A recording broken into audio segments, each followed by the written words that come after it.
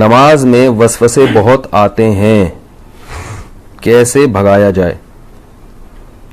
देखो, नमाज में वसवसे अगर इस तरह के आ रहे हैं ना, वसवसे दो तरह के होते हैं। बाद लोगों को तहारत यानी नापाकी का वसवसा शुरू हो जाता है कि पता नहीं हवा तो नहीं खारिज हुई है, पेशाब का कतरा तो नहीं निकला। तो उसके बारे में सही हदीस है कि जब तक 100% यकीन ना हो वजू टूटने का, उस वक्त तक यही समझा जाएगा कि वजू बाकी है।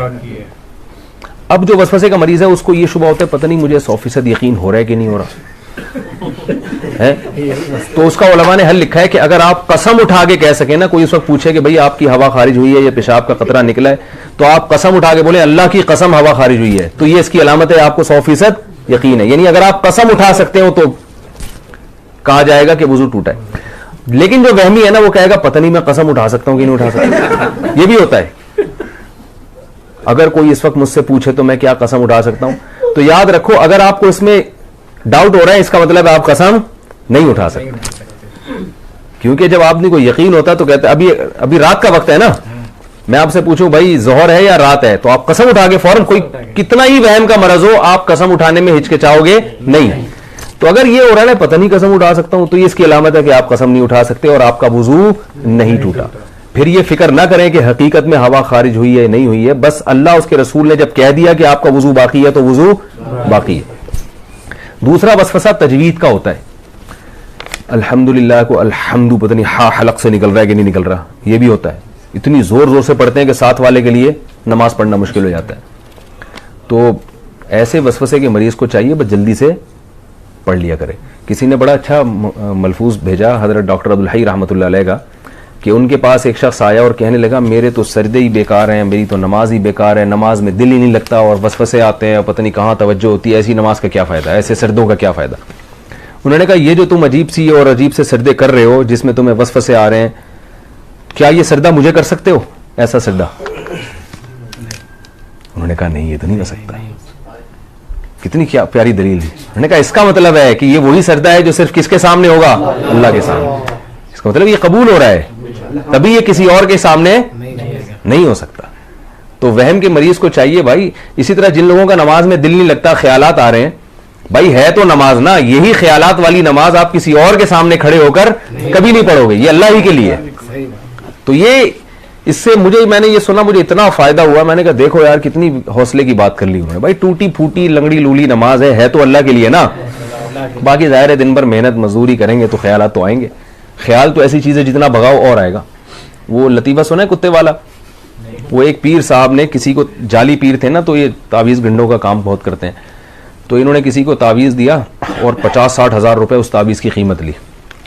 उस देहाती को कहा कि ये तावीज़ है 50-60 हज़ार रुपए का है, और अब उनको पता था असर वरसर तो कुछ होगा नहीं, तो पैसे ये मांगने आ जाएगा। तो उन्होंने उस गंवार को, देहाती को कहा ये तावीज़ जब असर करेगा, जब घर में जब तुम दाखिल होना इस तावीज़ को लेके, तो काले कुत्ते का तस्वुर दिमाग में नहीं होना चाहिए। अब आप बताओ कौन घर में दाखिल होता है तो काले कुत्ते का तस्वुर होता है? किसी के भी नहीं होता। उन्होंने बोला जब घर में जाओगे तो काला कुत्ता नहीं होना चाहिए। अब वो कह रहे यार 50 हज़ार रुपए खर्च हो गए, और अगर काला कुत्ता दिमाग में आ गया तो सारा तावीज़ जाया। अब वो बार बार कह रहे यार ये काला कुत्ता निकले किसी तरीके से, छिटक रहा है यूं करके काला कुत्ता। वो जितना निकालोगे उतना ही दिमाग में आ रहा है। अब घर की दहलीज पे पहुंच गया तो यूं यूं करके कुत्ता निकाल रहा है, कुत्ता निकाल रहा है, और आ भी काला ही रहा है। कह रहे कमबख्त, एक तो आ भी कुत्ता रहा है और ऊपर से काला ही आ रहा है। भाई 3 दिन तक ये करता रहा है, घर में दाखिल नहीं हो रहा, बच्चों को बाहर निकाल दिया, खाना इधर ही दो मुझे, जब कुत्ता निकलेगा तो घर में दाखिल होगा मैं। लेकिन कुत्ते ने तो और घुसना था और घुसना था। बिल आखिर यही हुआ कि घर में गया तो जहन में कुत्ता था। बाद में आया वो अपने जाली पीर से कहने लगा ये असर ही नहीं। उन्होंने मैं देखा, मुझे तो पता चल जाता तुम्हारे जहन में कुत्ता था, और अकीदत होगी कि एक तो उनको पता भी चल गया। तो वसवसा ऐसी चीज है जितना निकालोगे उतना ही आएगा। इसलिए हकीमुल उम्मा हजरत मौलाना शरफ अली थानवी रहमहुल्लाह ने लिखा है कि वसवसे का हल यह है कि ना निकालो ना खुद से सोचो। जो खुद से आ रहा है आने दो, आने दो। अल्लाह जब इसी वसवसे के साथ नमाज कबूल कर रहा है तो ठीक है। और वजू के बारे में सोचो ही नहीं, 3 दफा मुंह धो, उसके बाद सोचो ही नहीं यहाँ से कुछ यहाँ से कुछ। जो वहमी के मरीज हैं उनका कभी भी वजू नहीं हो सकता। उनको आप तालाब में डबो के निकालेंगे ना 6-6 दफा, फिर भी नहीं होगा उनका वजू। तो ये बहुत बड़ी बीमारी है।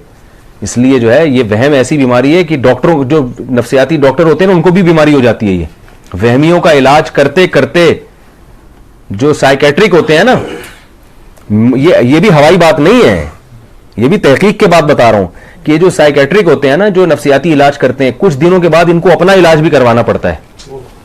ये हकीकत है, आप किसी डॉक्टर से पूछ लें, किसी अपने से बड़े डॉक्टर के पास बैठे होंगे, अगर मुझे ये हो रहा है, ठीक है ना, क्योंकि हर वक्त इनके पास ऐसे मरीज आ रहे हैं जो उल्टी उल्टी बातें कर रहे हैं, तो थोड़ी देर में ये भी उल्टे उल्टे सोचना शुरू हो जाता है। कोई नॉर्मल बंदा ही नहीं आता इनके पास। तभी मैं वहमियों से बहुत डरता हूं। किसी को तलाक का वहम हो गया, किसी को जनाब तहारत का वहम हो गया, तो ज्यादा फोन आते हैं, फिर मैं उसको वहमियों की लिस्ट में डालता हूं। मैं भाई तू पागल है, हमको तो नहीं पागल बनाना, तो हम भी यही सोचना आना शुरू कर दें। इसलिए मैं 2-4 दफा अब नहीं बताऊंगा मसला। तो वो क्या हुआ था, वो इसी तरह एक बंदा गया, उसको वहम हो गया था कि मैं बंदर हूं। तो वो डॉक्टर साहब के पास गया, डॉक्टर साहब मुझे वहम है कि मैं बंदर हूं। डॉक्टर ने कहा पंखे से नीचे उतरोगे तो बात करूंगा ना भाई मैं। तो वो एक और है ना कि एक डॉक्टर, एक आदमी, उसको 1 के 2 नजर आते थे। डॉक्टर के पास गया कि मुझे 1 के 2 नजर आते हैं, कोई इलाज बताएं। डॉक्टर ने कहा आप तीनों को ये बीमारी है क्या? आप तीनों आदमी को ये बीमारी। तो बाज़ दफा डॉक्टर खुद उसमें मुब्तला होता है। तो वहम का इलाज खुद ही कर सकते हैं भाई। वो क्या है कि वहम को लिफ्ट ना कराएं।